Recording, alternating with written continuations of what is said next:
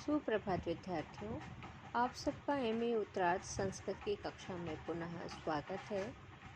मैं डॉक्टर मीना जैन, सह आचार्य, राजकीय महाविद्यालय सिरोही। हमारा कॉलेज मोहनलाल सुखाड़िया यूनिवर्सिटी से संबद्ध है।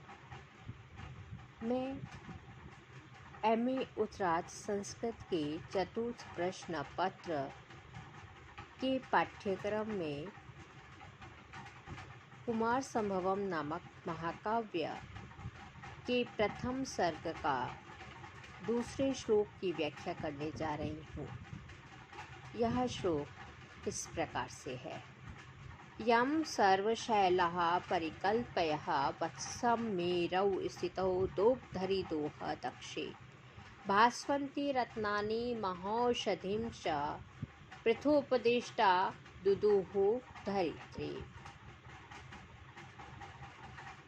सब पर्वतों में, सर्वशैला अर्थात सभी पर्वतों में, यम जिसको अर्थात हिमालय को, वत्सम परिकल्पया बछड़ा, परिकल्पया बनाकर, दोह दक्षे दोहन कार्य में कुशल, मेरु इस नाम से प्रसिद्ध पर्वत के दोग्धरी स्थिति, दोग्धा अर्थात दुहने वाला विद्यमान होने पर, पृथुपदिष्टा पृथु राजा पृथु द्वारा निर्दिष्ट बतलाई गई अथवा पृथु के आज्ञानुसार धरित्रीम गोरूपी पृथ्वी को, भास्वंती रत्नानि महौषधि चमकते हुए रत्नों को, और महौषधि प्रकाशवती संजीवनी आदि औषधियों को दुदुहु दुहा अर्थात प्राप्त किया।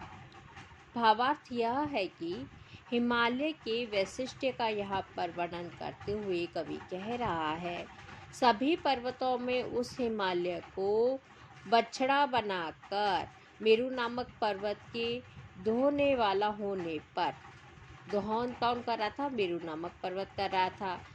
बछड़ा किसको बनाया गया? हिमालय को बनाया गया।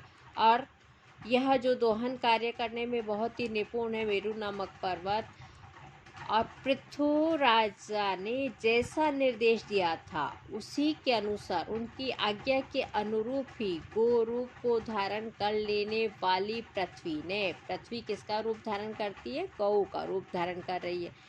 चमकते हुए श्रेष्ठ रत्नों को तथा प्रकाशशालिनी संजीवनी आदि उत्तम औषधियों को दुहा अर्थात प्राप्त किया। यहाँ पर तुल्य योगिता नामक अलंकार है, क्योंकि हिमालय का वर्णन बड़ा ही प्राकरणिक है। हिमालय में रत्न और औषधियों का वर्णन भी प्राकरणिक है।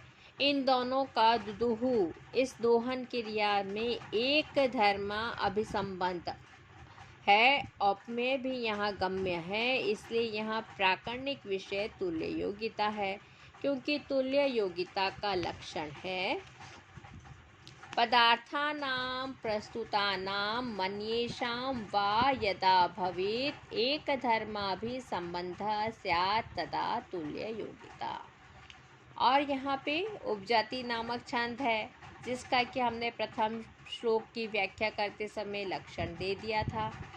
समास में देखिए, सर्वशैला, सर्वे च ते शैला, दोह दक्ष तस्मिन् दोह दक्षे।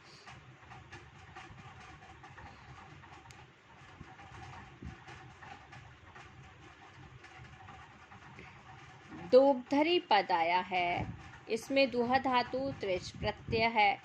दोग्धिति दोग्धा तस्मिन्। दोह दक्षे में दुह धातु से ज्ञ रूप है, दोहनम दोहा। महाऔषधि मह्यन्ते पूज्यन्ते इति महत्य शतः औषधयः तः महाऔषधि रत्नानि महाऔषधि। दुदुहु दुह धातु लेट लकार, यहाँ पे लेट लकार है। अब हम तीसरा श्लोक पढ़ने जा रही हैं, वह इस प्रकार से है।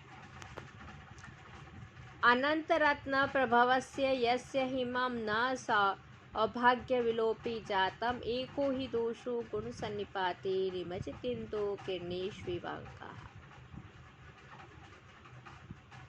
अनंत रत्न प्रभवस्य अपरिमित श्रेष्ठ पदार्थों का जो उद्गम स्थल है, यस्य जिस हिमालय का हिमम यानी तुषार न सौभाग्य विलोपी जातम सौभाग्य का विनाशक सौंदर्य का विनाशक न जाताम नहीं हुआ ही, क्योंकि एको दोषो एकमात्र दोष यहाँ ज्यादा हीम का होना बताया जा रहा है।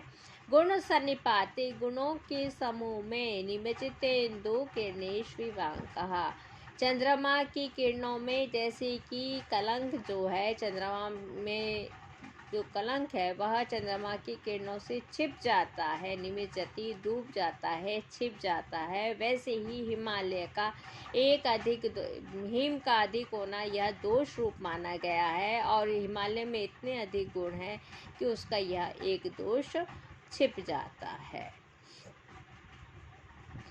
भावार्थ है, यद्यपि हिमालय सदा हिम से आच्छादित रहता है तथापि उसका यह हिम या उसके सौभाग्य या सौंदर्य को विनष्ट नहीं कर सकता, क्योंकि यह अनेक बहुविध रत्नों जैसे कि गंगा, देवदारू वृक्ष, मृत संजीवनी, सोमलता आदि का उत्पत्ति स्थान है। इन अनेक विशेषताओं के बीच में यदि उससे एक हिम रूप दोष भी हो तो वह उसकी इन विशेषताओं के बीच उसी प्रकार नगण्य हो जाएगा जैसे चंद्रमा की किरणों के बीच उसका दोष रूप कलंक नगण्य ही रहता है, क्योंकि अनेक गुणों के बीच में यदि एक अवगुण भी हो तो वह उन गुणों के बीच छिपकर नगण्य हो जाता है।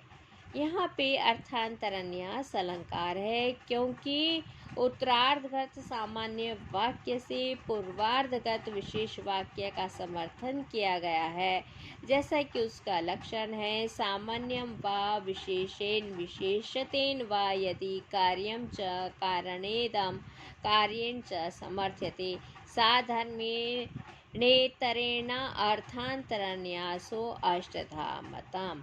और यहाँ पर उपजाति नामक छंद है।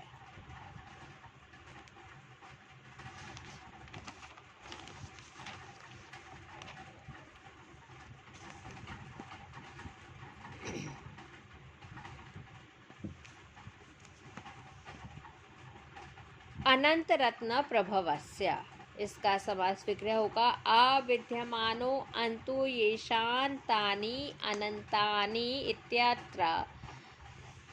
उत्तर पद लोपी समास है। प्रभवा शब्द प्र उपसर्ग भू धातु से अण प्रत्यय होने पर प्रभवा बना है। गुण सन्निपाते, यहाँ पे सन्निपात पद में सम उपसर्ग नि उपसर्ग पत धातु ज्ञ प्रत्यय सन्निपात बना। जातम में जन धातु से कृत प्रत्यय। सौभाग्य विलोपी सुभगस्य भावा इति सौभाग्य, और यहाँ पे श्य प्रत्यय लगने पर सौभाग्यम बना। निमज्जति नि उपसर्ग मिश्र धातु लट लकार प्रथम पुरुष एक वचन। अंक्यते अनेन इति अंकः। कालिदास ने भी इस श्लोक पर कालिदास के इस श्लोक पर एक कवि ने व्यंग्य किया है। वह इस तरह से है, एको ही दोषो गुण सन्निपाते निमज्जितेन्दो रीति यो बभाषे नूनम न दृष्टम कविना अपि तेन दारिद्र्य दोषो गुण कोटिनाशी। खैर ये तो अप्रसंग बात है, कोई इसका लेना देना नहीं है। यहाँ पे श्लोक की व्याख्या में अंक्यते अनेन इति अंकः, चंद्रमा में दिखाई देने वाले जो काले धब्बे हैं उसको यहाँ पे अंक कहा गया है। कलंक, यह अंक या कलंक क्या है, इस संबंध में भी कवियों और विद्वानों ने अनेक उत्प्रेक्षाएं की है।